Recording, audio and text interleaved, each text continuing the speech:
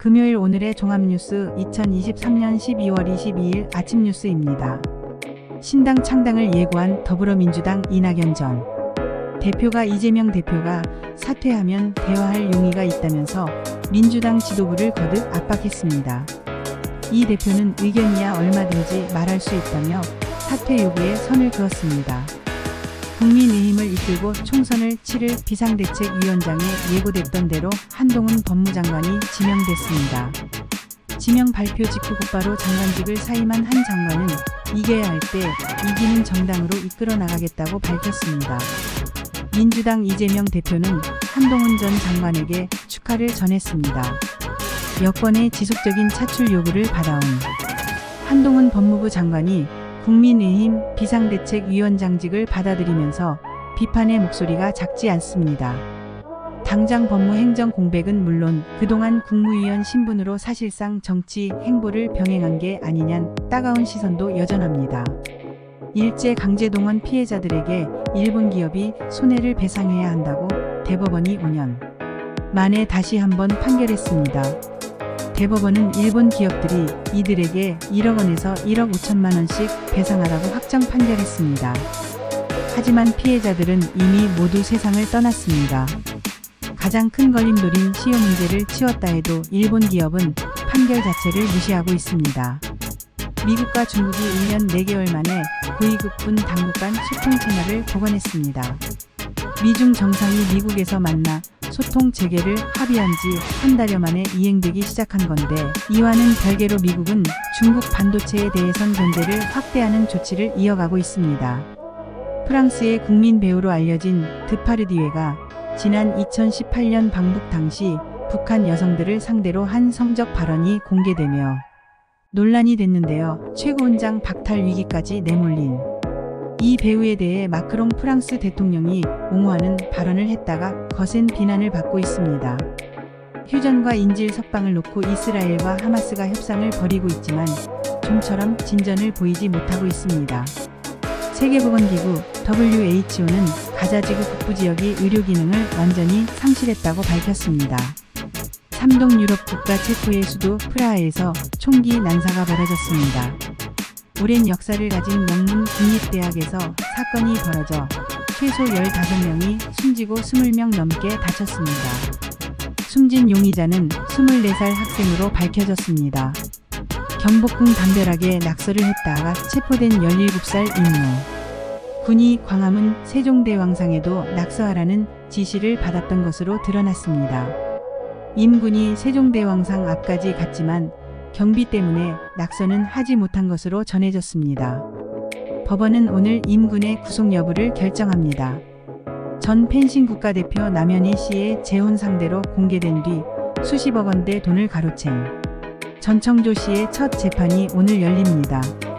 전 씨는 국내 기업 후계자로 행세하면서 작년 4월부터 지난 10월까지 강연 등을 통해 알게 된 27명에게 투자 기회를 제공한다고 속여 약 30억 원을 받은 혐의입니다.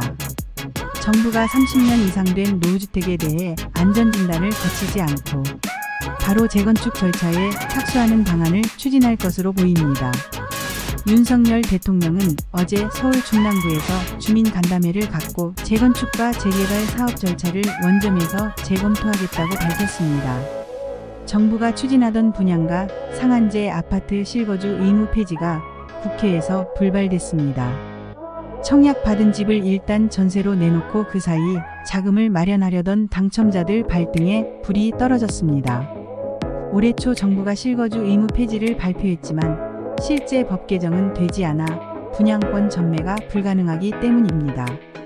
올해 종료될 예정이었던 월 20만원 청년 월세 한시 특별 지원이 1년 연장됩니다. 또 노인 무릎 인공관절 수술비 지원 대상이 내년에는 200명으로 1,000명 늘어납니다. 4% 넘는 금리로 대출을 받아 이자를 내온 자영업자, 소상공인들이 1인당 최대 300만 원까지 낸 이자 일부를 돌려받게 됩니다. 올해 역대 최대 수익을 올린 은행권이 최대 2조 원을 동원해 민생을 지원하겠다며 그 구체적인 대상과 일정을 공개했습니다. 은행권은 다음 달 중순까지 은행별로 구체적인 계획을 마련해 내년 2월에서 3월 사이 최대한 환급을 진행할 계획입니다. 은행이 알아서 대상자를 찾아 계좌로 지급하는 구조로 별도의 신청은 필요 없습니다. 정부 여당이 간병비 부담을 낮추기 위한 대책을 내놨습니다. 간호사와 간호조무사의 인력을 늘려서 간호간병 통합 서비스를 확대하고 요양병원 10곳에 간병비를 지원하는 시범사업을 하기로 했습니다. 정부가 주식거래에 양도세가 부과되는 대주주 기준을 보유주식 10억 원 이상에서 50억 원 이상으로 대폭 완화했습니다. 바로 다음 주에 개정안을 통과시킬 것으로 보이는데 이번 개정으로 발생하는 세수 공백은 2조 원으로 추정됩니다. 영세 소상공인의 전기료 인상분을 일부 한시 보전하는데 이 520억 원을 투입하고 온누리 상품권 사용처 발행량 확대에 695억 원을 지원합니다. 또 청년 저소득층 우대 대중교통비 환급 지원 K-패스 사업을 내년 5월 조기 시행하고 청년 도약 계좌를 내년에도 운영할 예정입니다. 13월의 월급 직장인들 연말정산 기간이 다가오고 있습니다. 이번 연말정산에는 신용카드 소득공제가 늘고 월세와 자녀 세역공제도 더 받을 수 있는데요. 자세히 알아. 신용카드 소득공제 혜택이 늘었습니다. 신용카드 등으로 결제한 대중교통비는 공제율이 40%에서 80%로 2배 커졌고 도서와 공연, 영화 관람료 공제율은 40%, 전통시장 사용액의 경우 50%로 이전보다 각각 10%포인트 높아졌습니다. 공제 대상 주택 범위가 기준시가 3억 원에서 4억 원 이하로 확대됐고 세대주가 아닌 쉐어하우스 이용자도 부담한 월세에 대해 공제받을 수 있습니다. 또 자녀세액 공제 대상이 손자, 손녀까지 확대되면서 조손 가정의 경제적 부담이 줄 전망입니다. 수능 응시료와 대학 입학 전형료도 교육비에 포함되면서 15% 공제가 가능해집니다. 청년 등이 중소기업에 취업하면 적용되는 소득세 감면 한도는 연 150만원에서 200만원으로 늘었고 중소기업을 다닌 청년이 결혼 출산 등을 이유로 퇴직했다가 재취업해도 소득세 감면 혜택을 또 받을 수 있습니다. 연금계좌 세액 공제 한도는 나이와 상관없이 400만원에서 600만원으로 올랐습니다. 고향사랑기부금은 10만원까지는 전액 500만원까지 15% 공제를 받을 수 있습니다. 올해 연말 정산 간소화 서비스는 다음 달 15일 개통될 예정입니다. 직장인은 19일까지 일괄 제공 신청 확인에 동의하면 회사에 일일이 자료를 내지 않아도 됩니다. 환급금은 내년 4월까지 지급될 예정인데 지난 연말 정산의 경우 직장인의 70%인 1,409만 명은 1인당 평균 77만 원의 세금을 돌려받았고 400만 명 가까이는 106만 원을 추가 납부했습니다. 현재는 부모가 자녀에게 10년간 5천만 원까지 비과세로 증여할 수 있는데 내년부터는 결혼이나 출산한 자녀에게는 1억 5천만 원까지 증여해도 세금을 내지 않게 됐습니다.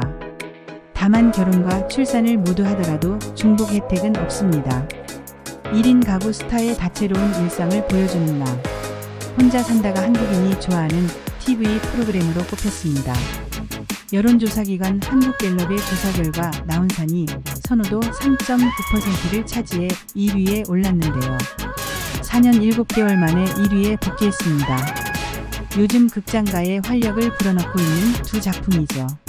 노량이 개봉 첫날 1,000만 관객을 눈앞에 둔 서울의 봄을 제치고 박스오피스 정상에 올랐습니다. 이순신 장군의 마지막 전투를 그린 김한민 감독의 신작 노량죽음의 바다가 개봉 1인. 그제 21만 6천여 명이 관람해 개봉일 관객수 1위를 차지했습니다. 절기동지인 오늘도 강력한 한파가 맹위를 떨치고 있습니다. 전국 대부분 지역에 한파특보가 이어지는 가운데 오늘도 강력한 추위가 기승을 부리겠습니다. 충청과 호남, 제주를 중심으로 많은 눈이 내리겠습니다. 이번 추위는 주말까지 계속 이어지다 일요일부터는 평년 기온을 차츰 회복하겠습니다. 두 번은 없는 오늘 하루가 시작되었습니다. 주어진 오늘 하루도 열심히 후회 없이 최선을 다하는 하루가 되셨으면 좋겠습니다. 감사합니다.